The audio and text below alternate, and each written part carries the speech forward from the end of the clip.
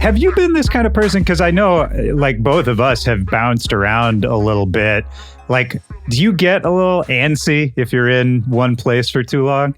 Me and my wife have both kind of like noticed that like our lives tend to like move in 4-year blocks, and like 4 to 5 years we always have some kind of like major shift that we do. And it's like literally been like that since we've been together. And we're kind of noticing we're at that spot where like the shift is happening again. So I don't know if that's me being antsy or if it's just like, I don't know, like things just happen that way. I don't know. Yeah. I mean, it's funny because it's always interesting. I was talking to OK about this kind of where he was like, he was sort of talking about this in terms of his career, but he was more or less saying the same thing you're saying, where he was like, I feel like everything in my life is just seasons. And he's like, the seasons just change. And that's kind of just going on while the rest of your life is happening. And he was like, that's how he was sort of explaining his like musical evolution. But he was talking about it with life too, where he was just like, yeah, that's just, you know, once you sort of see it that way, life just makes sense that it's always going to be changing. Yeah, I think that's similar how I'm looking at it right now. And yeah, just kind of embracing each little moment, enjoying being here. I don't know. That's good, man. I think honestly, that's like, as we get older and as we're in this game longer, I feel like that's pretty much should be the only goal. It's just like, yeah, I'm still enjoying this. Yeah, pretty much. Yeah, because I mean, you start looking at life differently when you get older for sure. And like, if you're not enjoying the ride, then it's like, there's really no point. If you're not enjoying it, then you should really think about something else. Cause you have to love every little bit. Yeah, man. And I mean, maybe this is a way we can kind of jump into talking about what's going on with you as the musical artist, because I feel like you've always been so good at adapting and changing to whatever the current paradigm is, whatever the current era is, and kind of also not, at least from the outside, it always kind of seemed like you were able to not be too attached to like who you were in the past as an artist and like the history of it. Because I feel like sometimes people's histories kind of weigh them down and they feel like they can't change directions or try new things or reinvent themselves. Like, I feel like that's something you've always been good at. I don't know. Do you agree? Is that something that like you kind of had to learn, or did that just come naturally as well? Yeah, I agree. I'm not sure if I'm like good at it or if I'm doing it like consciously. I think I've had a good amount of luck too. But like luck is also like it's being prepared and timing, right? What is luck, right? Yeah. Luck is being at the right place at the right time and being prepared, really. That's what it is. And I think, I don't know. I think like, I might have said this on the podcast before, but I think it's so real for what the music industry is like, we're kind of just like, we're archers. We're just slanging arrows in the dark. We don't really know what we're doing. And like, eventually you get really good at it. And you like, the more you do it, the more you hone it in and you get closer to the target. And then sometimes you hit a fucking bullseye and then that can like get you a bunch of attention. And then like, depending on what you do with that, you could start getting momentum and shows. And like, there's a lot of ways to get attention. You could either be, make a viral song. You could have a super crazy look that, just everyone's got to talk about you. You could be, super attractive. You have a 6-pack or super hot girl, sure. That is part of the game now. It's kind of just like an attention economy. And then also you could have amazing music. Like there's people that just make like, when you go to them, they're going to have like incredible tracks. So that's like, that always is number one is you got to have the music. That's the thing that's going to be the most sustainable, the most, thing that people are going to care about the most, I think. And that really is kind of like, that's what everyone should be striving for. Yeah. And then once you have that music, if you have all the other little pillars in place, then you could like really, start getting like exponential growth. And sometimes there's just timing. Like sometimes you're just like the right spot, the right name, the right sound. and you just like fly off. And, you know, I never really hit that like super parabolic thing with my career, but yeah, I've always kind of like swam with the waters, and like, I think I put out pretty good tracks. So I think, you know, getting that like notoriety has helped a lot. And then obviously doing the social media shit in the pandemic and like still writing it out. So yeah, I don't know. I'm always trying like different things. So I think, I don't know. I guess I think part of it is luck and part of it is just like persistence. Is that fun for you? Like trying to figure it out, trying to crack the code? Yeah, it definitely is. It definitely was really fun getting like crazy dopamine hits in early pandemic, like because all the algorithms have changed now, like TikTok and Instagram. They don't favor musicians quite as much, or maybe it's more just it's saturated. I'm not really sure. But there was a time in TikTok where I would post anything and it would get like, you know, at least 100,000 views and more. And it would just be like anything I post, I would just get like so much attention. And that like really, really helped. And I think I was pretty early doing it on like the short form media video content. And I think that's probably why I came out of the pandemic like with more steam than when I came in. Now I feel like everyone kind of expects it, so it doesn't really have the same like attention grabbing that it used to. I feel like people are pretty like spent on it. I think we're in one of those like season changes right now. I think something new is going to come soon. I think people are pretty like over TikTok and Reels kind of. I mean, for 100%, the artists are over it. Like that's almost to a person. Everybody you talk to, even the people maybe like you who don't resent it, but it's just like, yeah, this is just part of the game. It's what everybody should do. I think even those people are kind of just like whatever about it at this point, you know? I mean, it's hard to keep the grind up and to like think about like new things kind of, because I don't want to get too jaded about it, because it is still really, really powerful. And if you can embrace it, it's like I actually just saw like Gasly's story. He had a really good analogy. He was like, imagine their lottery tickets, and like they're free lottery tickets. And every time you can post, it's like you have a chance to like go super viral. You just got to be a little creative and like think about what you're posting a little bit. Yeah. And that is part of the game now. So like, if you don't want to do that, then you should really consider not being a producer DJ, because it is part of the game now. Or at least accept that if you're not going to do it, then you need to come up with something else that is out. Like this is an avenue that's been established. So if you want to not go down that avenue, you're going to have to find a new avenue. And, you know, that can be done, but it's maybe not as easy to do. Yeah, I mean, no matter what, you have to put stuff on your social media. Yeah. If it's creator style content, maybe you don't have to do that. A lot of people look at that as corny. If that's not you, don't do it. Then figure out something else. There's definitely other ways, especially if you're like super branded from the beginning, like kind of like how ISO Knock did. Like everything they did was just super branded, really artistic, and it worked for them. They didn't have to do like, these are my top 5 songs of the summer. And I think that would be very funny if they did that. I was just imagining that. And so I think there is also something beautiful about that. Like that is commendable to like just kind of have a really, really solid, narrowed down brand, and that just like, you know, smashes. But like, yeah, I've been around for a decade now, so people know, like it'd be weird if I like started dressing all black and like had like lo-fi cams, and like that's not me. So for what works for me is like being the remix guy, throwing out tons of remixes, making my shows super fun, and like just kind of like, I don't know, really like garnering that like kind of really close fan base, because that at the end of the day, that is the thing that matters most.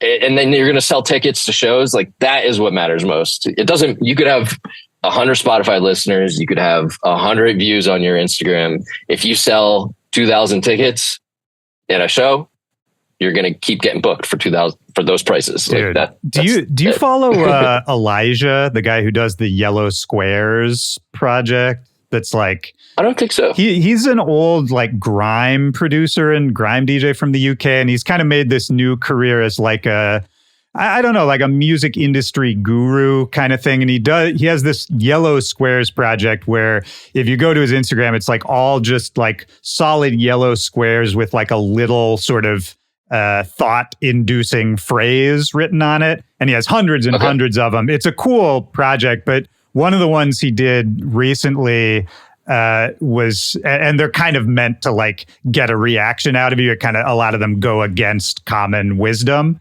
And one of them recently was follower count doesn't matter, which is kind of akin to what you're talking about. And his point there was exactly what you're saying, where it's like the actual numbers we see don't necessarily mean anything, because unless you're paying for ads or something, like you're not going to reach all of your followers with your posts. And it really is about sort of the core that follows you for you, wants to get every single update, buys the t-shirt or buys the song or whatever it is, or the ticket. And that number of people, you know, we don't actually see it anymore. Like it used to be, if you had a big number of followers, unless they were bots or something, it did indicate that you were that popular.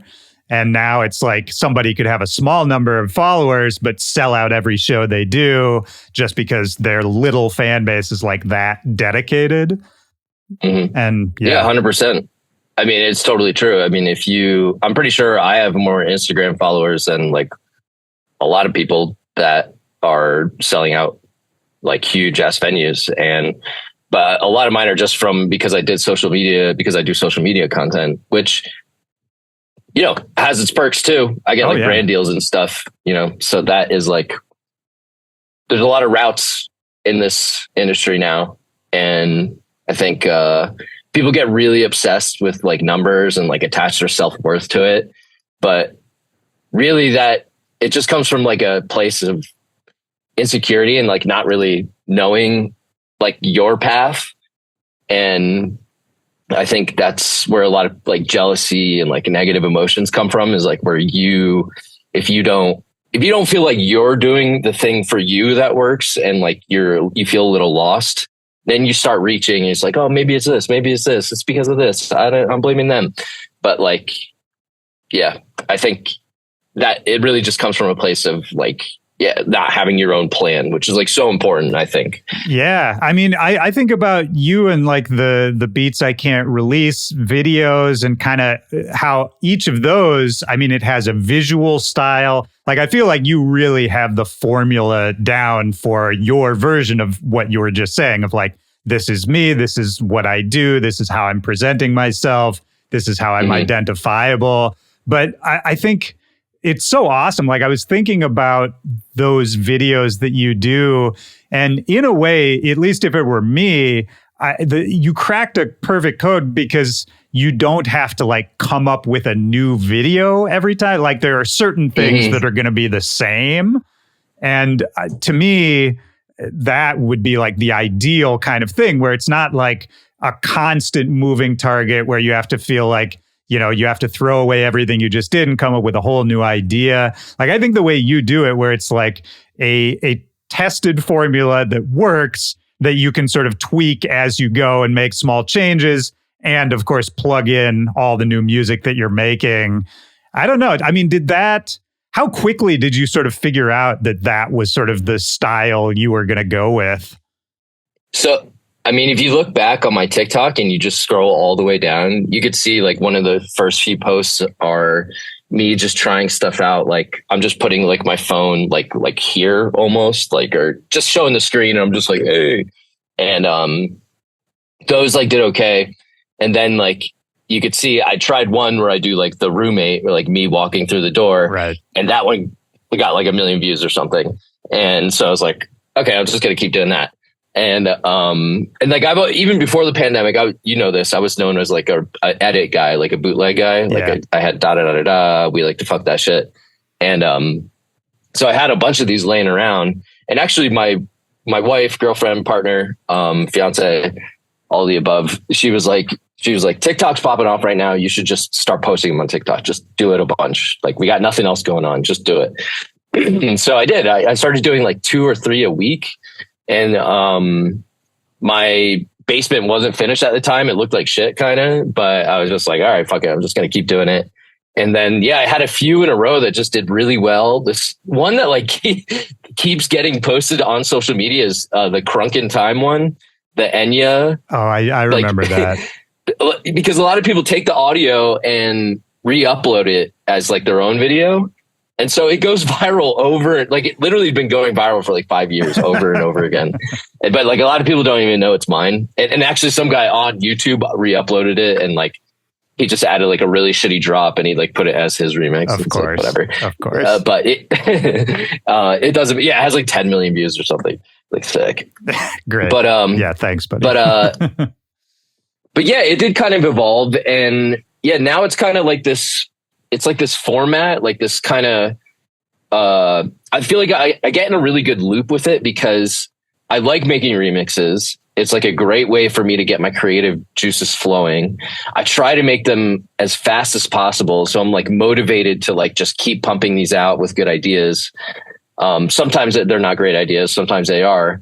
But then if I feel like I got a good one, I'll post it on social media. I try to do like 1 a week at least now. During the peak, I was doing like 2 or 3 a week, and that was great. But now I try to keep it like 1 a week. And then if it does well, it's kind of like the social media viewers are almost like your A&R now. And like if that pops off, then the label I'm signed to, Thrive, they're like, my whole deal with them is to like clear records and put out sampled records. Right. If it really pops off, like they have this whole database of like, you know, how many share, like all this statistics. And they're like, that one's doing really well. Let's clear it, put it out. And now sometimes it, like, that's how My Girl happened, or Sunshine happened. It basically, that one did really well on socials. And they were like, do you want to do this? And I was like, yes, let's definitely do that one. I feel like this is a really good one. And yeah, it really worked out. And then even if I don't clear them, there's still cool little edits for my sets. So like, I don't know. To me, it's like a really good feedback loop for my process. And it's actually what I look forward more than a lot of things than like actual releases.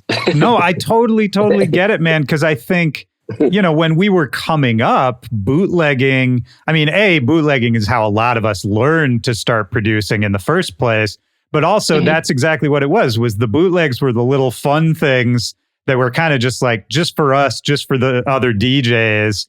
And it's great that you get to sort of live in that mentality. You know, I mean, I think it's also really interesting that you've managed to turn it into a full-fledged, like a deal with Thrive, and you have this pipeline to put them out, because I'm sure you know this better than anyone, but like, conventional wisdom in 2024, most artists are kind of being told like, don't sample stuff, you know, like, you know, a manager is like, no, don't, because the label won't want to clear it. It's going to be a headache, blah, blah, blah. I feel like at least in the last, maybe this is changing a little, maybe you're part of that, but I feel like at least in the last like 5 years or so, kind of everyone in the industry I talked to would be like, oh yeah, that's kind of just, no one wants to clear it anymore. Labels don't want to bother, et cetera, et cetera. Yeah. I mean, it is a headache. Sometimes I've had a couple that were a headache, but then, I mean, of all things, Sunshine was actually super easy. Everyone, like, maybe it's because they liked the remix, but all the writers, was like 12 writers on it or something. They were all just like, yeah, sure, this is cool, let's do it. And so sometimes it's actually really easy. And so it really depends. But I have like a really good, because of these silly videos, I actually have like a really good pipeline now where like I'm in touch with like pub houses, the label, my management. They all know we want to get this done. So now I get like playlists sent to me that are like, hey, we could clear any of these records super easily. The actual sample too.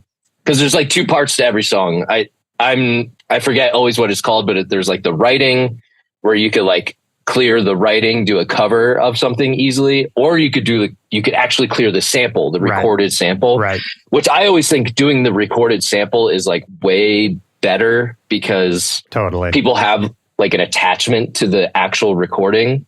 I think that's why Sunshine did so well, is because it literally like it hits that nostalgic feeling from when you actually listen to it. It's a total difference. Yeah. Cause a lot of records, and maybe not everybody knows this, but a lot of records, especially when there was that like tech house sampling R&B craze for a year or two, like I don't know, 2022 or something. Like a lot of those records were sort of like the re-sung version. So it was like replays. Yeah. So it's, they're sampling the idea of the song, but they're getting new people to like sing it or play it. And I'm with you, man. Maybe, I don't know if everybody cares about this, but for me, like, it's gotta be the original sample. Like when I hear a replay of one, I can appreciate it, but it almost never hits me in the same way. A lot of replays aren't that good too. Sometimes they're really on point, but yeah, a lot of times they're like kind of mid. So like, yeah, getting the actual sample, I think is like, that's the hack. Yeah. Have you gotten to, because I mean, you've put out official ones with all kinds of crazy samples. I mean, Smokey Robinson, Venga Boys, Tinashe, Tinashe was a remix, I guess, but started out as a bootleg though. Oh, I just did that. Okay. And she commented on my TikTok and she was like, this is dope. Oh, there you go. It's perfect. And I just wanted to ask, like, with anyone, those people, other people, have you gotten to like actually talk to anyone or like any crazy interactions with like people you would never expect to talk to? Not really. I mean, I got that shout out video from Smokey Robinson. I love that video. That's such a funny video. Yeah, I know. He seems so sweet. And, that's the closest thing I got. I haven't really talked to anyone. I'm trying to think. Nah, not really. Yeah, that's fair. I was wondering if like the Venga Boys slid into your DMs at some point. Oh, a little bit actually. I talked with them a little bit, and they were like tagging me and stuff, and just on DM, nothing in real life. Yeah. No, it's just fun, man. Because I have to figure for some of the people you're sampling, everybody's got a different view on it, but for some of the people, they just must be stoked. Be like, hey, somebody's still paying attention to our music. And yeah, I think I would be if I had like older songs. Like if someone sampled an IPS record in a Party System, my old band, I'd probably be like, oh shit, that's dope, man. Nice. That's cool. Actually, Tasoki just sent me a remix that he did of an IPS record. And I was like, that's fucking sick. Oh man. Yeah. Tasoki's my favorite, dude. I love Brad. He's insanely talented. He's one of the best. He's like, it's one of those where I think at this point, every producer already knows that he is quite literally like maybe the best or at least one of the best.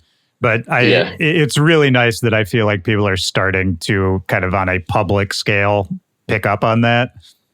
Yeah, he just posted, he did like some like a new kind of like branded show that looked really cool. Yeah, the like all red one, right?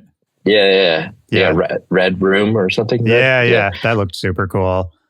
Which actually makes me wanted to ask you too. I saw you had posted that like frat tour flyer, which is obviously totally different thing. But like, I love that, man. I wanted to ask you just how that came about. It looks awesome, and I love when anyone leans into like alternate avenues and just tries something new, because I'm sure that's going to be a great tour and all those shows are going to be crazy. So yeah, I mean the frat shows have gotten like actually pretty legit now. Like they get like full production in with like stages and have you done a bunch of them already? So I've been doing them since all the TikTok stuff popped off, and it's been slowly more and more and more. And to be completely honest, I fucking crush them. I'm so good at like, of course, giving them like the best show ever. Of course. Well, because you're like a great DJ from back in the day, so you understand, like, I don't know. Did you used to do like any open format stuff? I never did open format, but I always appreciated that stuff. I mean, maybe early on in my like DJ career, I would play like bars and it'd be like, they'd throw in some hip hop and stuff. Yeah. But like, I was never like an open format DJ. Yeah. But I think I keep getting more and more because I do really well at them.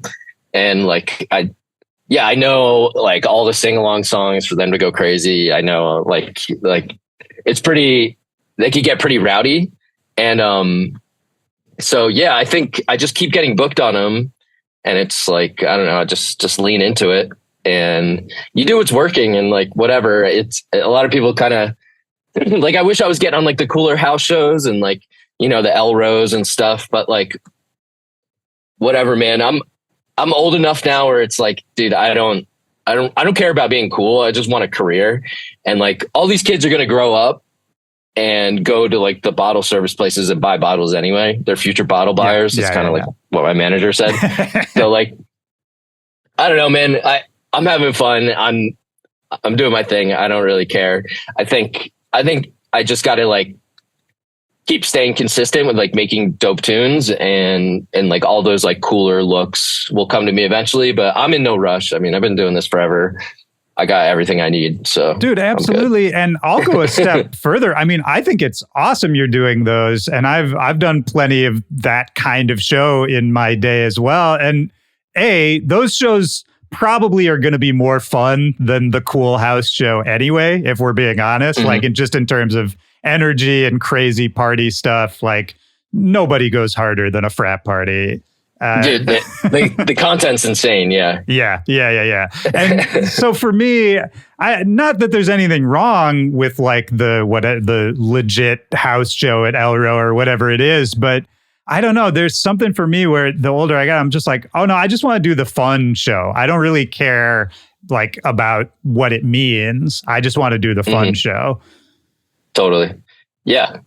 Yeah. Then they're definitely fun. Yeah. They're crazy. Are they? I feel like a grandpa, that's for sure. Yeah. Well, I think that's another part of it too. Because I think you're like me, where it's like, not, correct me if I'm wrong, but like not sober, but also not a crazy partier.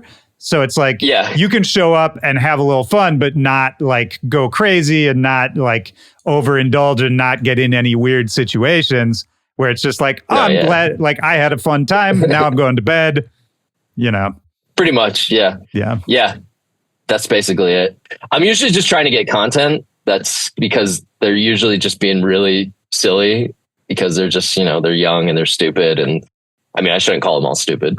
I mean, I think it's stupid in a loving way. They're stupid in the exact same way that you and I were stupid at that age. Yeah, like they're being silly. Yeah. And I got like, dude, I keep getting them. Actually, I'm going to be in Indiana. I don't know how close you are to it. And I'm doing 2 shows in one day. Oh, shit. Yeah. Wait, where at? Oh, wait, you're not in Chicago anymore. No, yeah, dude, I wish. I wish I was. I love it, man. And I think it's just one of those things. Do they come in all the same way? Like, are they hitting up your booking agent? Do you have like anyone separate who like sources those?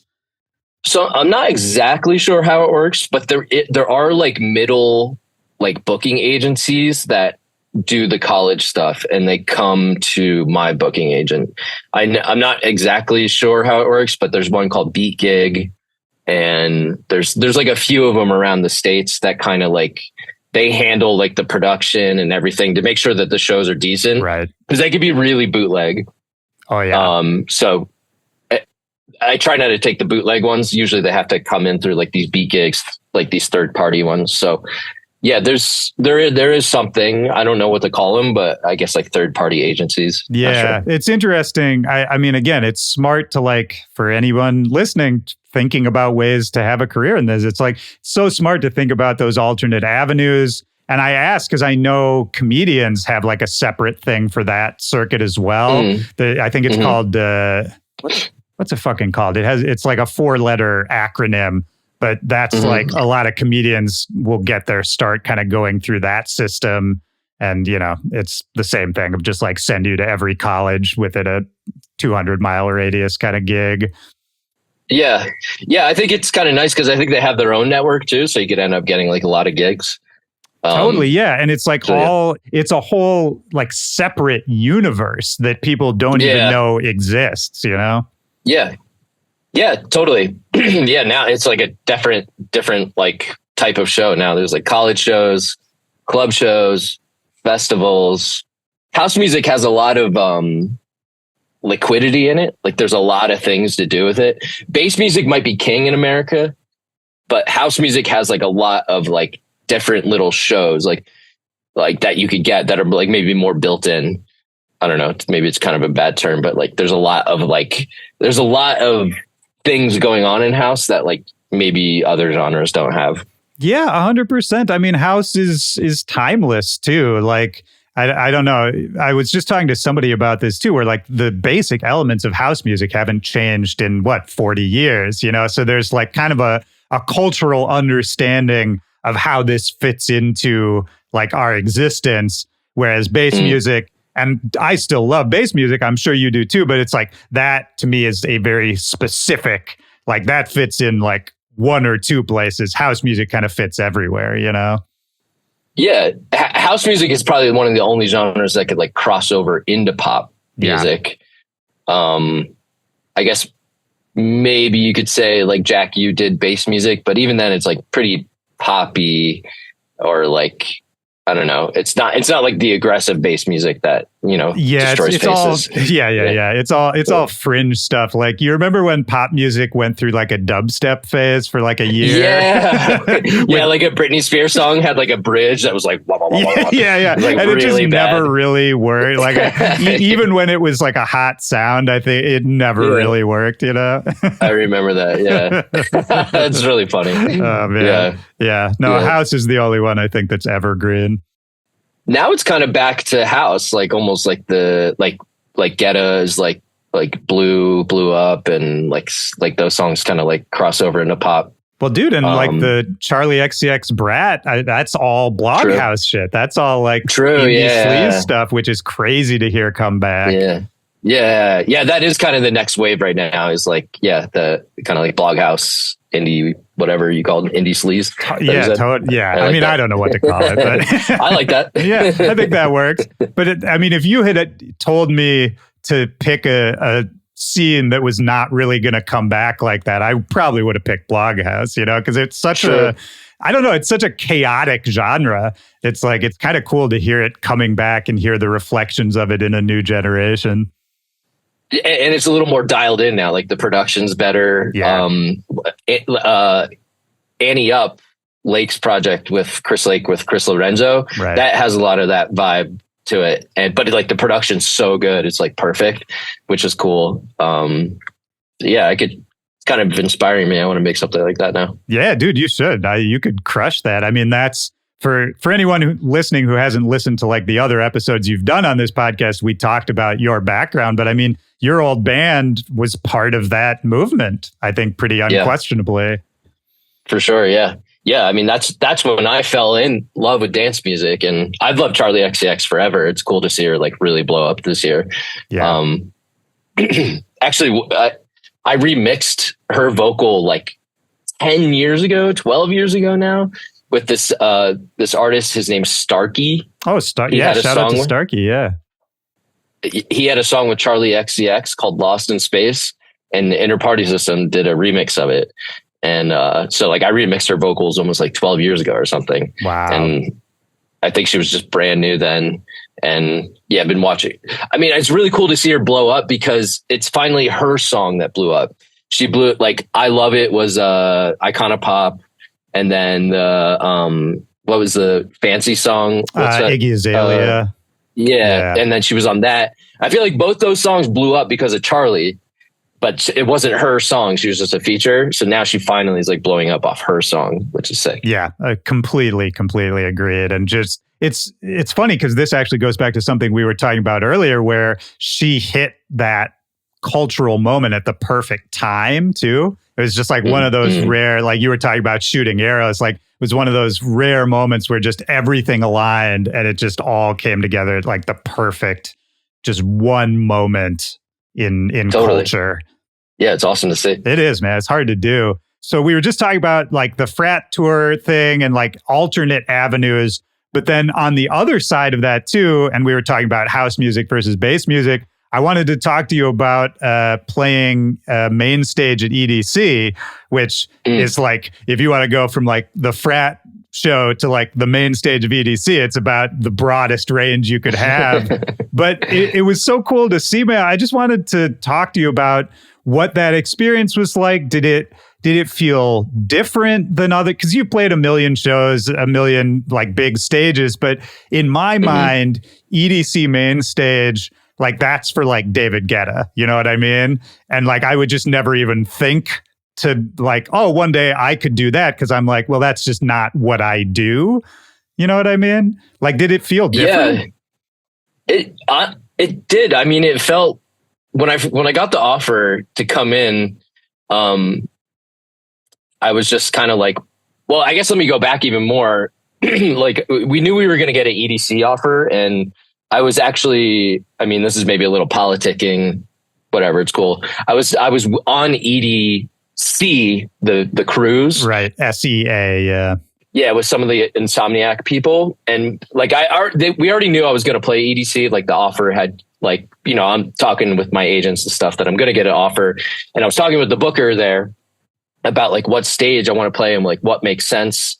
And like, I was like, you know, I really wanted to like start doing the house stages. That's like, you know, my direction now. Sunshine's getting really big. I don't really see myself being on like I didn't want to do Cosmic Bloom, because that's where like, or Cosmic Meadow, because I did those like 2 years in a row. And I was just like, the house stage would be awesome. And he was like, we were just chilling. He was like, listen to some of my music coming out and like Sunshine. And he's like, I think you belong on main stage. And I was just thinking about it. And I was just like, I guess I can't really turn down main stage EDC. That's like, I mean, he's like, he said like notoriously it's been like a little more like corny EDM stuff, but like they've been trying to make it like cooler house stuff. Like I think Side Piece played it last year. Yeah. And so he's like, we're trying to make it more like kind of like party house, also the EDM house stuff. So he's like, I think you fit in perfectly for that. And so I was like, yeah, I'll do it, man. Pretty hard to say no to EDC main stage, especially like a good time slot. It's like, shit, okay.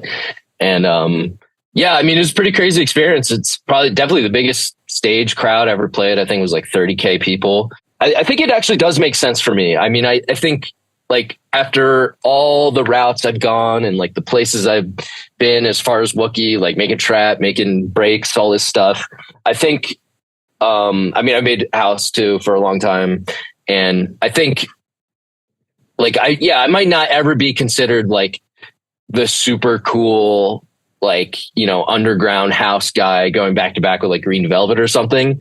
But I think being like the kind of like, I mean, I'm in my own little lane, and I think if anything, it does make sense to be like almost like a pop house act.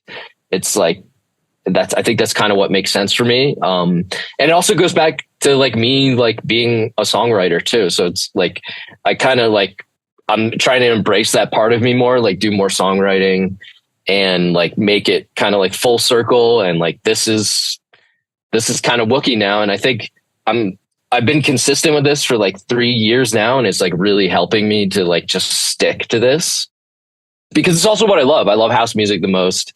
I love pop music. And so to me, it just makes sense to just like stay in this route, keep going for it. And yeah, I don't know. I think it was awesome. Yeah, no, it was so cool to see you up there, man. And it's like, if you look back at sort of the course of your career that you just described, of like going through these different genres and working, you know, in these different areas of dance music, like, do you see it as like kind of separate phases, or do you see it as kind of like, I've been the same Wuki the whole time and kind of this is just the path it's led me on? I think when I look back, I could see certain times where I felt a little lost. And I think maybe to me, it reflects in my music a little bit. And like, I don't know, maybe it's a good thing. Like maybe the music came out cool. But I think actually one thing that I think of is actually like my album. I feel like I was like I wasn't sure what I wanted to do then. It was kind of a weird time in dance music too. I feel like it was like right before the pandemic. It's kind of like how it is now still, just kind of like you're either dubstep or house. Like things have taken a pretty clear like trajectory. Like it's hard to be a multi-genre guy. And that's kind of why I made the decision to just like stick to house. I mean, that's what I love anyway. I'll never compete. I'll never like really, really be able to compete with like the Sullivan King guys. Cause those kids, that's what they want. They just want to go as hard as possible. And I don't want to make that music really. So like, I kind of had to make a conscious decision to like, be more like song driven, melodic driven, groove driven. And I think when I look back at my career, I think there were points where like I wasn't really sure. There was no vision. If you would have asked me like what I want to do in 5 years, I'd be like, I don't know, make music. But like now I'm definitely a lot more like, I think like being able to like narrow it down and like really decide, and like the brand, the vision and everything, it like really helps you to feel like you're on a track. And then if you feel that way, everything else is going to kind of like, all the teams around you and everything, you're all focused on this one track. And that will like, that's when like you could actually really start seeing movement. It's a good point. It's a really good point.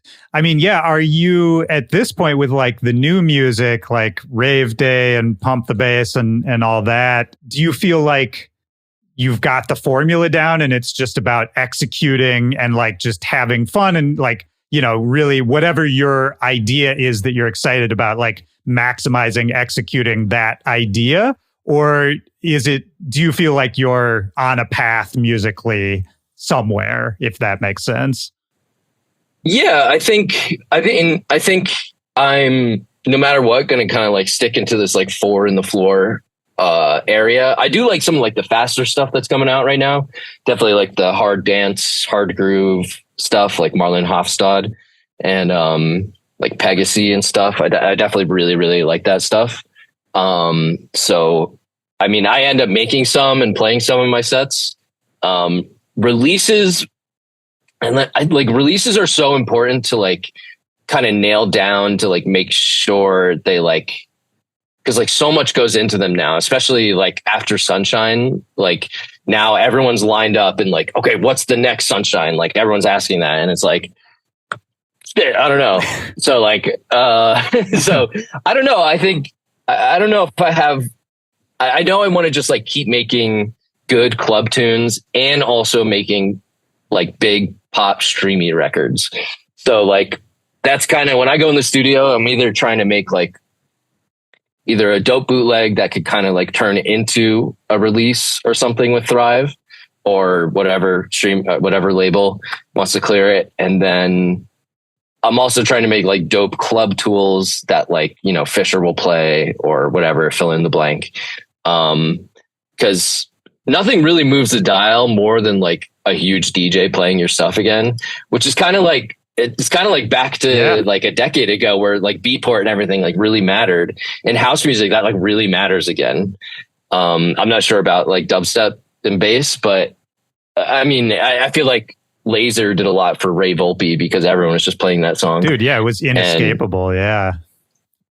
So I don't know, just trying to like make those kind of like huge records, because that's what moves the dial more than anything. And especially me, because like most people know I've been around. I could have a viral video, it can help, but like what really matters is like if you could like all align it to like one song that does really well, like Sunshine did more for me than anything, really. So yeah. How did that start with Sunshine? Was Fisher the first like big guy to pick it up? He was the first DJ to support it. Yeah, for sure.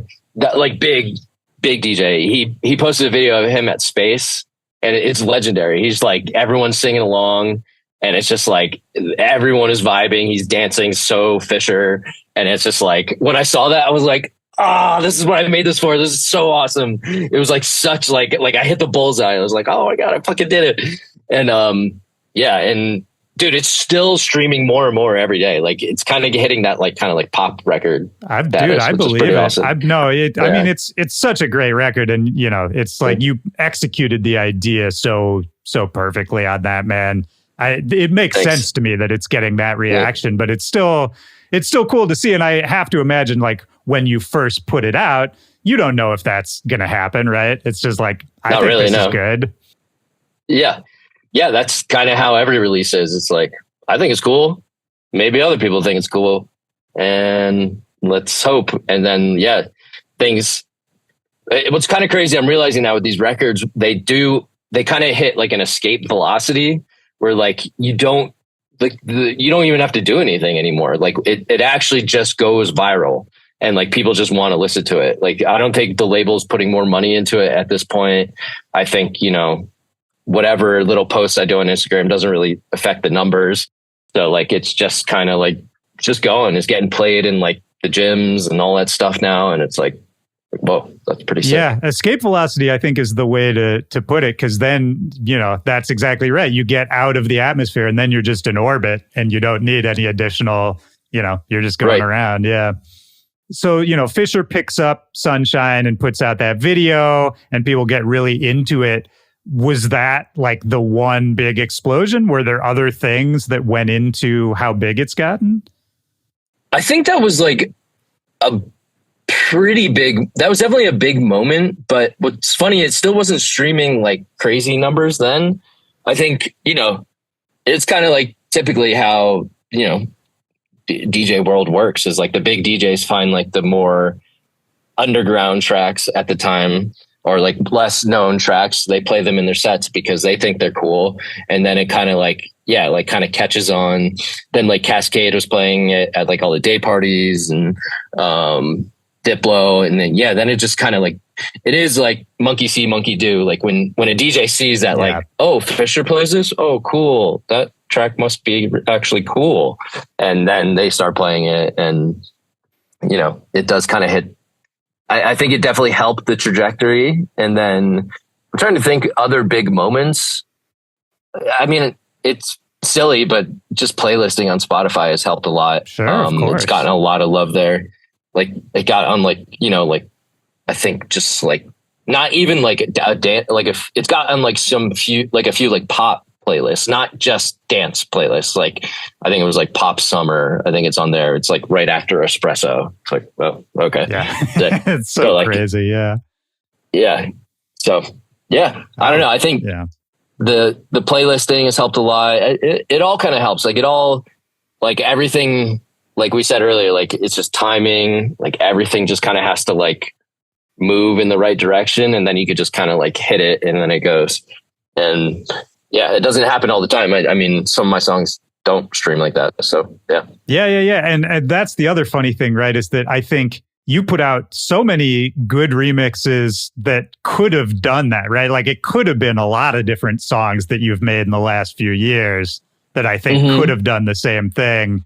It's just it's such a funny alchemy of like timing and luck, like we were saying. And, the fact that you have been in this, like, I hate using the word grind, but it's like, you've been like, you've established this pipeline of like, you're putting out a ton of material at a certain level of quality.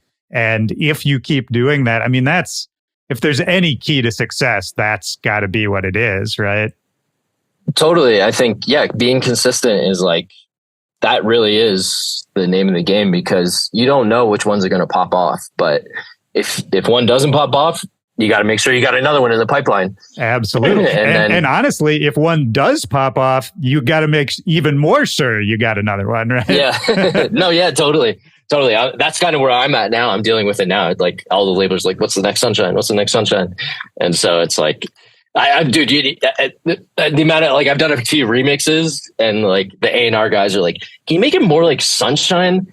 Dude, that's got to be so tough. Of course, that's what they're going to say. That's obvious. Like, obviously, that's what they're going to want. But then I think also, I'm sure it's like if you just recreated that, like you can't do the same thing twice, right? Yeah. So it's like, that's such a hard position to be in. It's kind of like what they really mean is like make the drop sound big and like have vocals kind of. Yeah. That's kind of like the new trend. I don't want to say I started it, but like I feel like the new trend is like having the build up come in and then like the drop has the vocal, the hook in it. Yeah. And I mean, it was Edge of 17. I did that. It worked really well.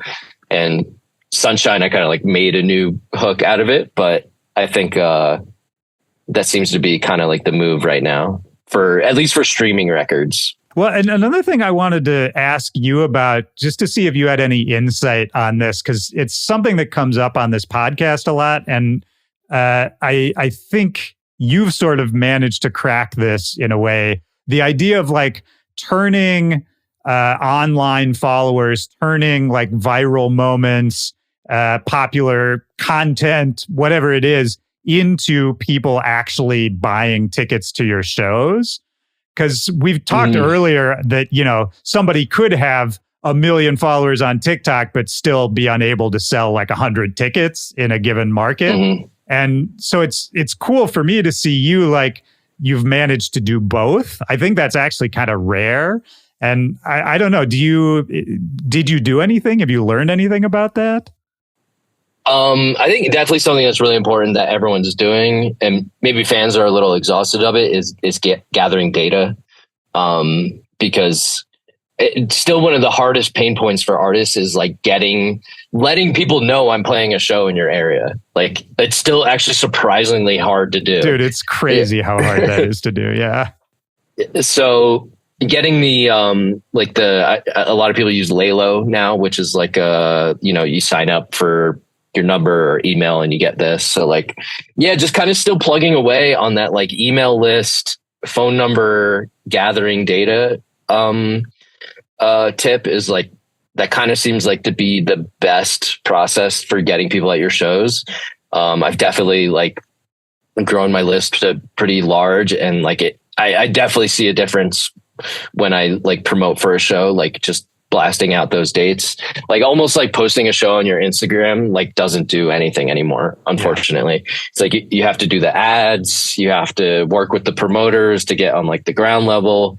You got to do, stuff like giveaways. And then the Laylo blast and stuff. But another thing that like Fred again is doing so well is like, he's huge. So it's like, it's kind of like in a way easier for him, but like just making fans feel like they're a part of it kind of like, and like, doing little pop-ups or making a little place so they could stand on stage with you. Like doing like I'm going to pick 20 people to come hang out on stage with me. Like that shit like really, really helps. Yeah. I think people love that. So like I'm trying to think like what those little moments are and things you could do for your fans is definitely seems to be pretty helpful. What that kid's name, Bunt, is doing it really well too. I don't know him. I don't know if you've seen him. Yeah. BUNT period. Oh, he's kind of yeah. I've seen that name. He's kind of like, he probably would hate if I said this, but to me, he's like the stutter house king. Like he like almost like invented stutter house. I'm sure someone else will be like, sure.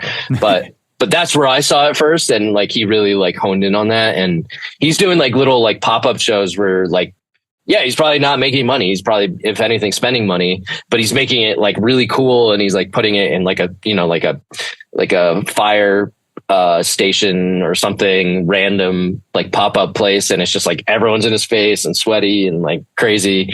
The content's really good, and so I think stuff like that is helping to then also sell hard tickets, because they're like, I saw this, it was so awesome, now I want to go to the real show.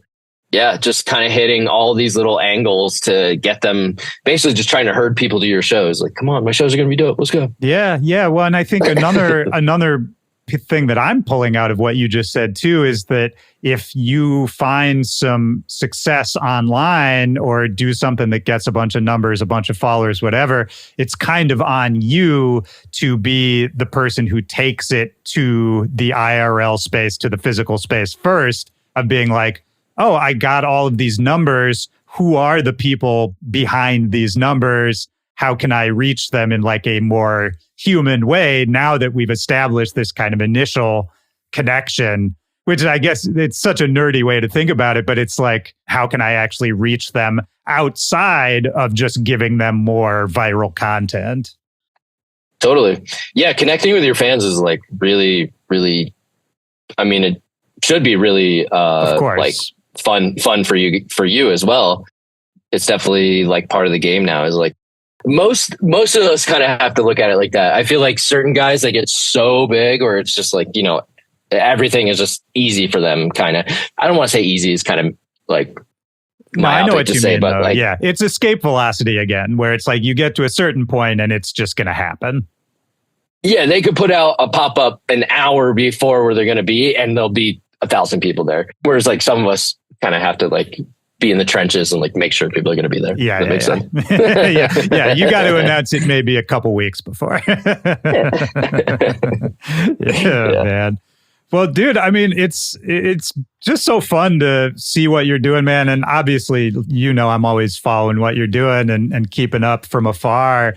Is there anything else that's on your mind? Anything else you got coming up? Anything else you're stoked about?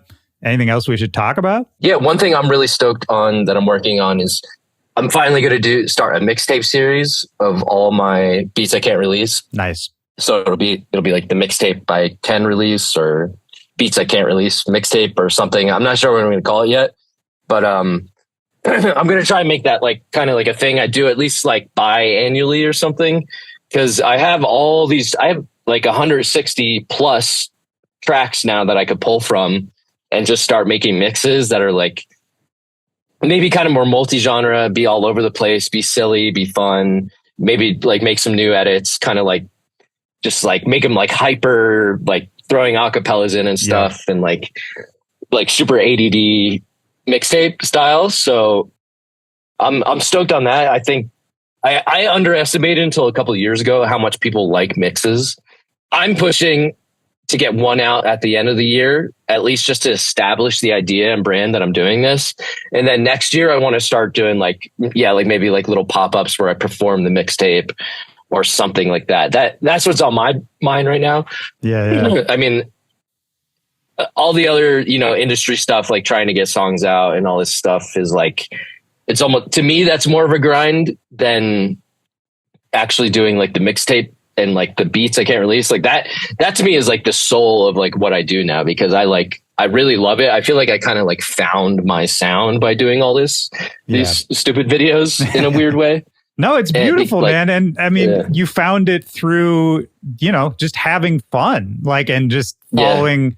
It's also a back to the roots thing. Like hearing you talk about that mixtape, that's what we all used to do when we were coming up. And that's how, I mean, you even look at, a Diplo with Hollertronics or whatever it was, like that's all those mixtapes where that's the start of his career. And so many others were just these chaotic mashups that would, come out on no schedule. Like, it was the best.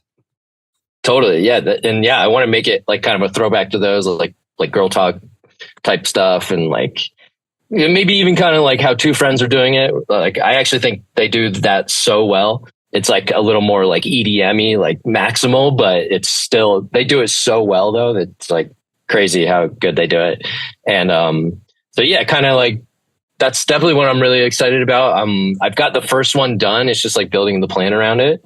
And then I want to start doing that a lot more. Oh, and the other thing I wanted to at least mention, just because a lot of DJs listen to this too, is I wanted to ask you about the Bandcamp subscription thing that you do. Because we've been talking about, getting samples cleared and releasing all this stuff officially. But then we also talked about all these other songs and edits you've made that you can't officially release. But there may still be a way to acquire them for DJs. Yeah. So I put them all on a Bandcamp subscription. It's the only way I found out that actually they don't get taken down. I mean, hopefully Bandcamp stays that way. But I mean, if you go on Bandcamp, there's tons of bootlegs of everything. That's kind of like where everyone goes to get stuff like that. So I don't know. It's been working. I've been doing it since the pandemic. And so I tell my friends to start one too. Like if it's kind of like a nice little supplemental income if you get it up. And I think, it's the only place I found where they don't get taken down. So to me, it's just kind of like the spot to do it. Hopefully it stays that way. And no, I just thought it was cool that you were doing that, man. Cause there's so many, I'm sure you remember this too. Like when we were all starting off, you would hear, an exclusive edit or a remix and you'd be like, how do I get that? I need to find this. And it would be such a crazy hunt and oftentimes you couldn't find it or it was a rip or whatever. It's cool that you're making those available for people. Yeah. Yeah. They're all there. Oh yeah, dude. Thank you for doing this, man. It's always great to catch up with you. Of course, dude. Yeah, anytime. I love doing it. I probably haven't actually physically seen you before. It was like right before the pandemic, I think. Definitely been a minute, yeah. Yeah, it's crazy. Well, you look great. Thanks. You too, bro. All right, man. Great to see you, dude. All right, dude. Take care, man. All right, man. Peace. Peace.